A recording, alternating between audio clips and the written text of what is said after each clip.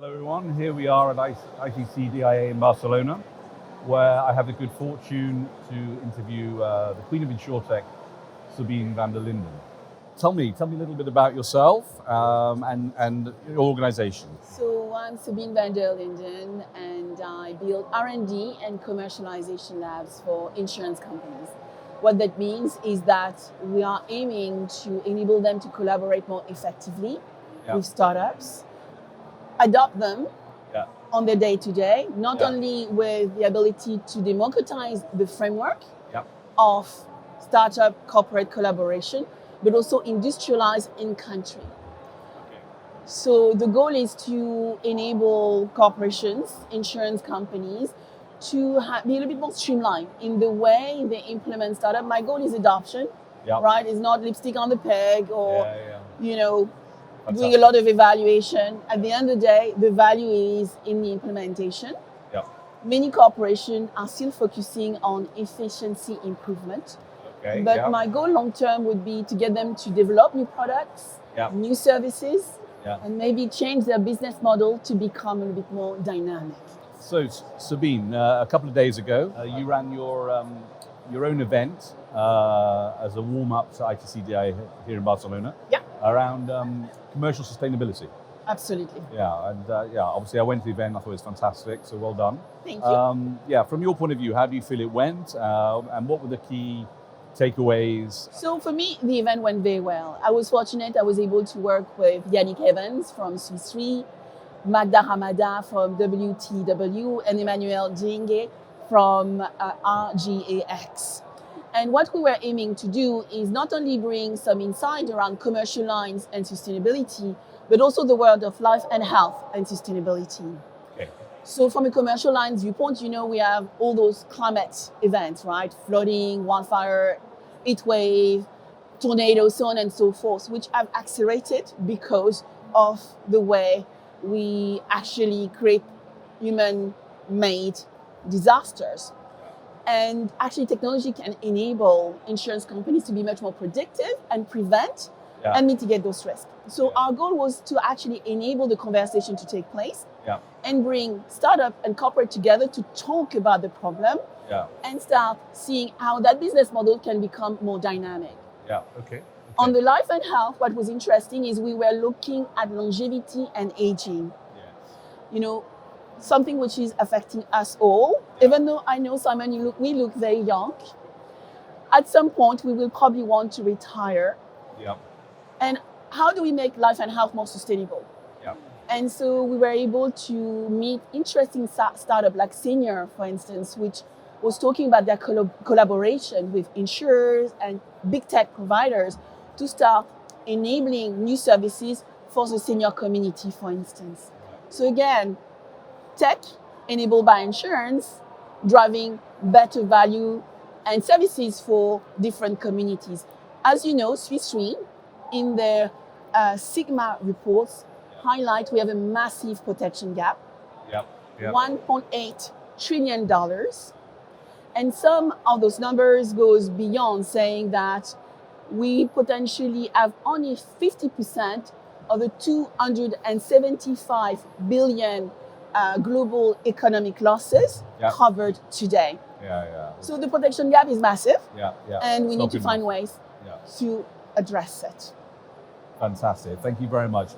Well, I was there, it was great, and that's a wonderful summary, so thanks for that, really good. My pleasure, Simon. Obviously, one of the big hot topics that everyone's talking about is AI, including generative AI and ChatGPT. In your mind, what are the biggest ways that AI is already affecting the industry and will affect the industry, including the different types of aspects of the business, if you like? Generative AI, artificial intelligence in any case is going to transform the business of insurance. And generative AI, because generative AI make AI more approachable to the business person like you and I, is going to change the way we work. I think what you are going to find is probably lower jobs are going to disappear because companies will be looking for more informed domain experts with the knowledge to actually use the AI to solve big problems. Yeah. It's going to touch everything. Yeah, And yeah. during the weekend, I played with generative AI Yeah. over the weekend Yeah. to see what it can do. So look at it from a marketing viewpoint. No data, no confidential data being shared on open AI. Yeah. But what you actually can see from the capabilities already available out there is you can write faster, you can do picture faster, you can actually do video. As you know, I have my own avatar and I also clone my voice. That is marketing. Yeah. Really clever, huh? But now legal. Imagine legal contracts. You can actually check, compare them much faster. Yeah. You can actually get them written as well. Yeah. Claims processing, underwriting will be using generative AI in the future. But what I also see now is you have closed generative AI platforms being developed, which will actually enable the production, the development of much more vertical problem-solving capability across insurance. So insurance, but then you will have insurance claims, you will have insurance GI, commercial, life and health. And so that is where the opportunity is going, where the large language model is now customized for industry in a safe environment so that companies can put their own data on it. I've talked to a few companies already, and we'll see what the future tells us around generative AI in insurance. Yeah, I mean, it's early days, isn't it? But it is still early days. It's exciting, but also at the same time, you have to be in some ways careful. As you know, Mapfre's done their report about responsible AI, which we just read the event. But yeah, big changes ahead for sure. Yeah. Big changes, and as you said, what we'll need to watch out for is that responsibility within the organization, the human in the loop, and making sure that we follow the law. The European Commission AI directive asks us to use AI, responsibly, making sure it's trustworthy, explainable, and transparent as well. There's obviously been a lot said and a lot written about the big drop-off in insurtech funding. So just to share with our viewers, what are your thoughts on this, I guess, now, and maybe what you see in the immediate future in the funding space? So it's interesting, Simon, because imagine 2021 was the year for fintech, insurtech. Yeah. During those years, there were around $150 billion invested in fintech, around $17 billion invested in insurtech. 2022, that halved. So around $70 to $100 billion invested in fintechs, around $8 billion invested in insurtechs. This year is going to half again. Half again, yeah. And the main reason is the way the market is going, right? High inflation, high interest rate, high cost of capital. Investors have capital, but they are more, they are trying to invest that capital in a much more secured way and in a much more integrative way.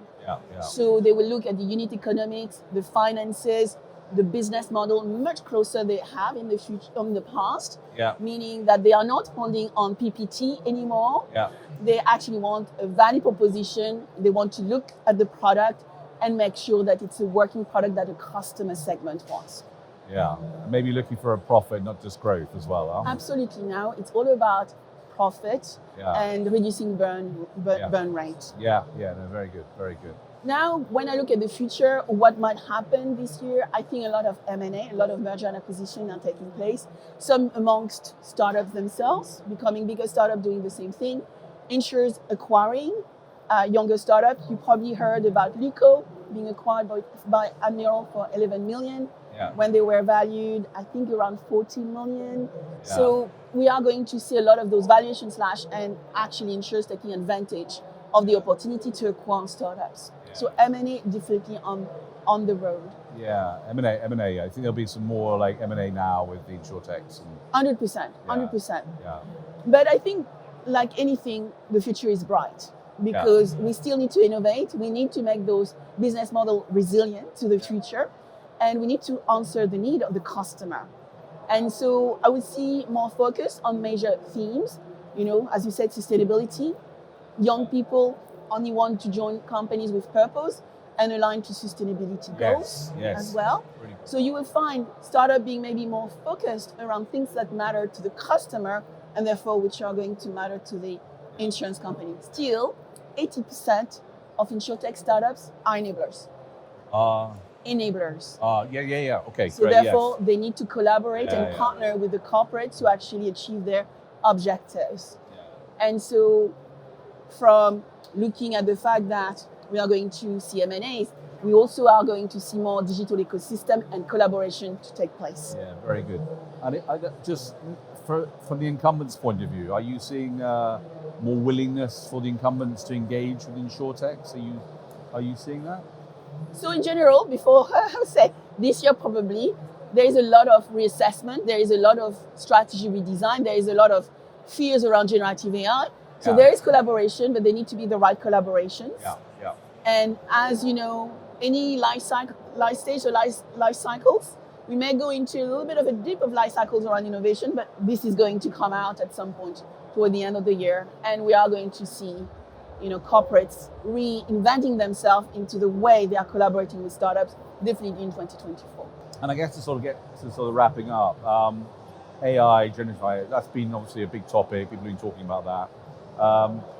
What do you see as the other sort of hot topics that are out there now in the market that people are talking about that you're seeing? So yes, as you said, AI, generative AI, sustainability. I look at it from a commercial lines and life and health because I think that is where there's a lot of opportunity because it's very understandable what you can do. But think about startup like Kita, for instance, doing carbon trading. So you are going to see other areas sustainability coming to bear as well. New sustainable carbon and emission insurance products emerging as well. But I think, we have changed the way we work. We are hybrid remote workers. Yeah. And that means that we have a lot of points technology around the home, different homes. Yeah. Which means that we're also creating risk. So cyber security risk is going to be hot and probably one of the largest markets in the future growing. I think we still need to look at the digital asset insurance. Cryptocurrencies are emerging even more. And so to enable people, underserved markets to still be able to earn a living when you have high inflation in the market. Yeah. So I think we are going to see more sexy products to tackle the emerging risks which are coming to market right now. Yeah, okay, fantastic, excellent. So, that really brings me to the last question really is, sort of things are already changing fast, but kind of looking ahead, say the next 3 to 5 years, what do you think the next things are looking ahead in terms of what will come to the market? 3 to 5 years, it's far away. But I would say, we are still going to go through digital transformation, reviewing the annual report of the top 30 insurers in Europe. The number one initiative was still digital transformation. As I mentioned, future of work will be big, which will bring more digital assets, more look at digital assets and digital insurance. So I think the world is moving far more digital, and so therefore they will bring new emerging risk, which we don't know yet. And so businesses need to be prepared for digitization. No choice.